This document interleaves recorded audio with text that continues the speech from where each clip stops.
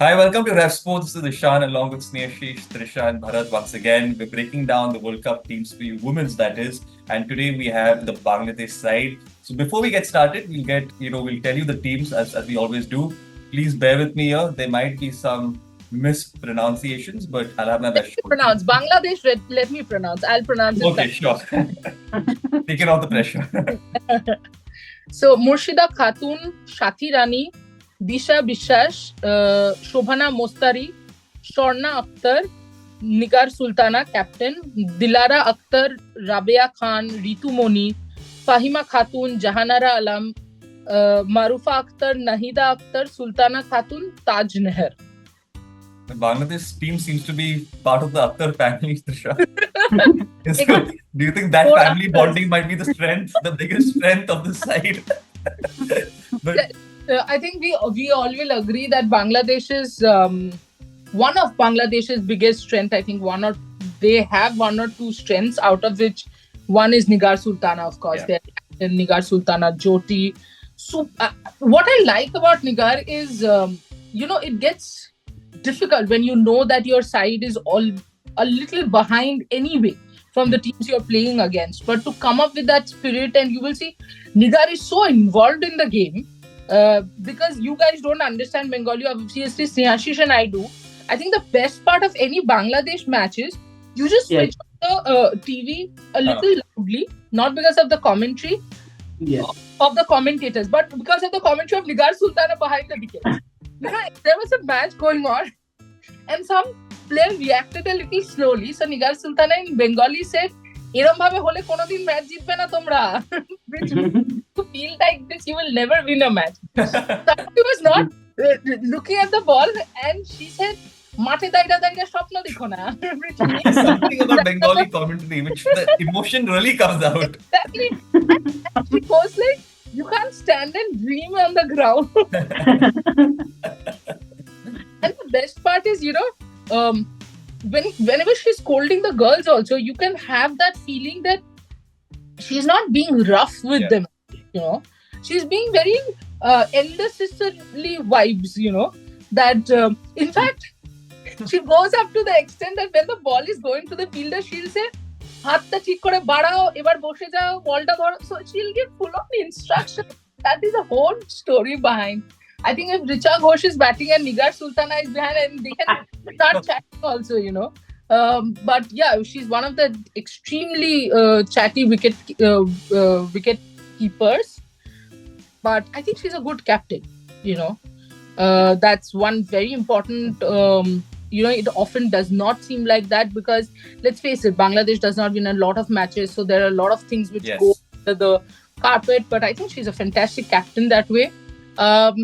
And of course, she's a very, very good batter. Apart from that, I will give it. I'll just hand the responsibility of finding Bangladesh's strength to Bharat. I guess that left arm spinner Saida Akhtar is pretty good. Her control is good. Jahanara Alam also is back, and she's a very steady medium pacer. So I guess these are the 2 or 3 strengths. Obviously, Nigar Sultana, she's already been talked about, and someone who's very consistent in the Asia Cup as well. I remember her scoring 168. There was 132 against India, under 50. So he's been consistent, and someone who chats a lot behind the stumps. I remember a few years ago, India were playing Bangladesh. Not sure. Maybe it was the Asia Cup. I'm not very sure about the tournament. But my mother asked, who is this girl who's chatting from behind the stumps? Obviously, I don't understand much about Bengali and all. But she definitely asked me, who is this girl who keeps on chatting from behind the stump? So even my mother got interested about this girl. That tells something about her skills behind the stumps, not just as a keeper, but also while speaking skills. So I guess these are the strengths. So they would depend on their spinners on slower pitches, hoping that. Shorna Akhtar will be important if Bangladesh have to win. I think Shorna is a leg spinner. Leg break. So Ishan, you know what? Actually, their squad has variations when it comes to spin, right? And in the conditions in UAE, that might actually help this team. Yeah. Over to Snehashish. Yes, I think if you see the squad, the spinners are there. As you said, Tushar, that variations are there, different types of spinners are there. So that is a good point for Bangladesh. But the problem is their batting. We'll come to that. So the spinners can get the wickets, but they'll have to Yes, restrict yes, that other yes. opposition to a score which is Exactly. very minimal for the team to actually compete. Exactly. I think from the available bowling unit, the spinners are pretty good. The bowling is okay, but we'll talk about the batting later. But as per the strength are concerned, I think again is the skipper only Nigar Sultana-led. If you see the recent performance as a batting unit of Bangladesh, I think she will be the one who score maximum number of double-digit scores. Yeah. Speaking frankly, so I think that is one, and I think there are many players who have played a lot of cricket. If you see the Asia Cup and many tournaments, so I think they have experience also. But still, it will be difficult for them. As Trishati said, that they win very few matches. We all know that. But the sad part is they won against India. That is still haunt me. But yeah, it will be very difficult for them. Trisha, any other weaknesses? I think that this side also has, maybe more weaknesses than strengths here. But any outside chance for Bangladesh to compete and possibly win games? Or do you think it's one of those teams that probably will have a tough time? Tough time? They have England, South Africa, West Indies in their group. Horrible time. Yeah, I think very tough time to Very be tough. Having said that, there are chances that teams like West Indies and Scotland would be their two main matches, because with West Indies you never know. They wake up from the right side of the bed. They are the most devastating team possible. They wake up from the left side of the bed, and you will be like, oh, they never played cricket. Probably they don't know how to play cricket. So nobody knows which West Indies will turn up on that day. Sorry. So West Indies Scotland match, yes. South Africa again.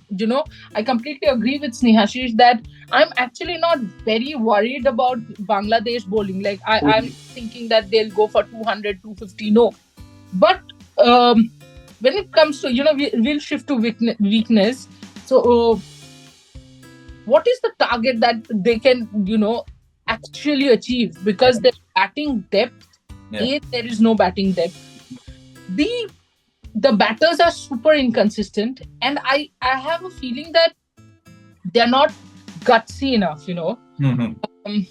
They do not use every angle of the field. It's a pretty much cross. They'll just go across like we would do as kids to hit. So alone, Nigar Sultana cannot be chasing more than, I don't know, probably 100 or something less than 100. If they can restrict their opponents to that, then they have a chance. But you can't expect your bowlers to restrict opponents like South Africa, England to less than 100. I mean, then there has to be honestly a miracle, that happens. So it's going to be very, very difficult for them. But a learning curve, I hope. I don't know, Ishan.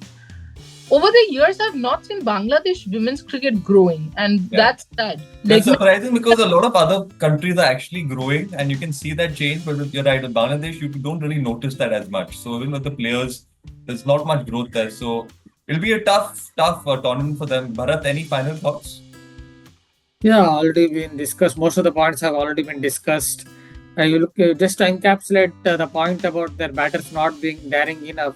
Just think of a player like Murshida Khatun. I think left-hander. She opens the batting on a top order bat. She averages about 20 and a strike rate of around 80-85.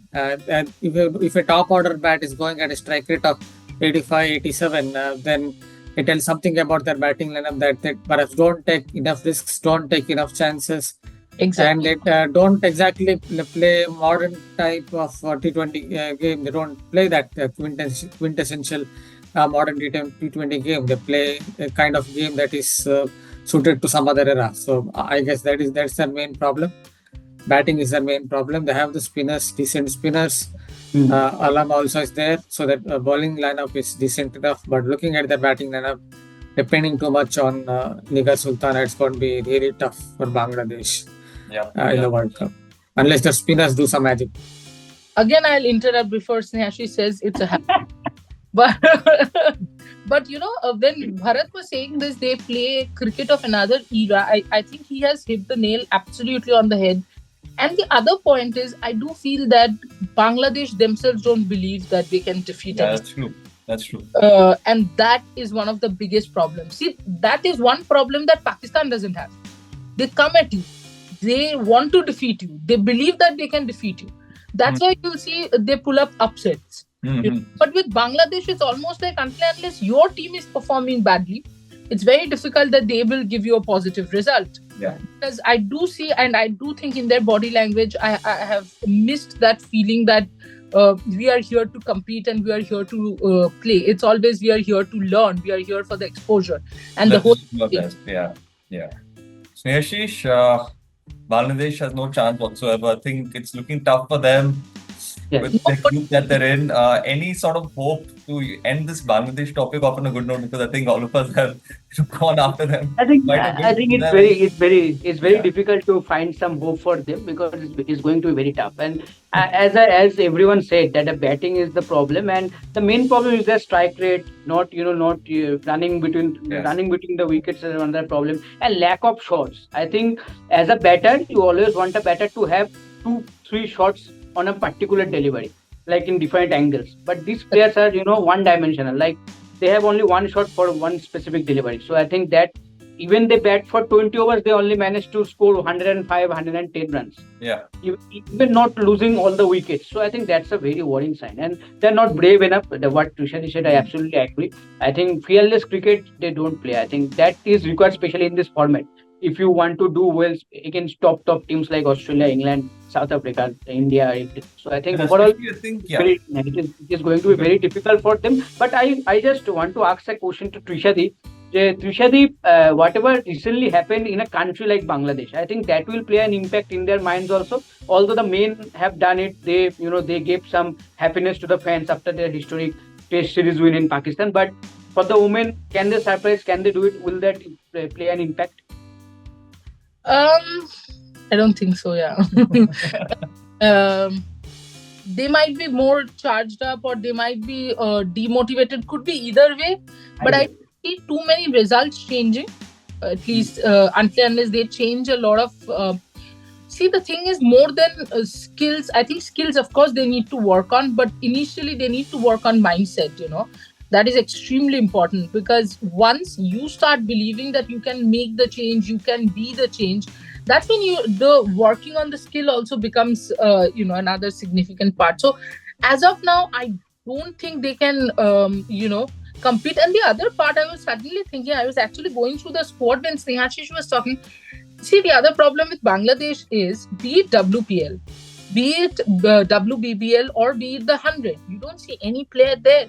No experience. The exposure is not there at all. And only bilateral series will never give you exposure enough. Yeah. You have to be in the thick of things. You have to be in the mix. I don't know how possibly they can do it, because I do understand why the franchises wouldn't maybe go for a Bangladesh player. But I don't know. I mean, I think the experience factor will be a huge dampener. Absolutely. Because everyone else will have so much experience playing T20 cricket. And I think even on those crunch situations where you need, say, 10 of the last over, maybe a lot of these Bangladeshi players won't have that sort of experience on how to get over the line. Absolutely. Because they wouldn't have been facing that situation. The other part is, Ishan, I don't know how, how full the stadiums would be. But when you have played a WPL or WBBL, you are used to people chanting for and against you both. Yes. I mean, for someone like Smriti, every time Bangalore crowd will be chanting for her. And then there will be somebody from the opponent team who will get absolutely nobody cheering for them. So you realize both sides and you know how to tackle that. Yes. For Bangladesh, I think it's a long way to go. And as I said, the most disappointing factor is 10 years ago, had we been speaking about Bangladesh, we would have said it's a long way to go. 10 years later also, we are saying it's a long way to go. I think it's time that either they step up, or I don't know. I mean, how will they work about it? But yeah, BCB has got a lot of work to do. Yeah, they do. I think on that note, here's wishing Bangladesh the best of luck. And I think it's been a great discussion. Thank you, Snehashish, Trisha and Bharat, and to the audience as well. Make sure you like, share, subscribe, and we'll see you all in the next video. And I think 2 more teams to go, Trisha. 2 more teams to go, 2 more absolutely. teams to go. So Yes. still some content coming away, and after that, Snehashish and Bharat are also going to be in Dubai. So we can see Snehashish already laughing, Bharat already laughing as well. So a lot more content coming away. Make sure you stay tuned to RevSportz, and we'll catch you all really soon. Thank you.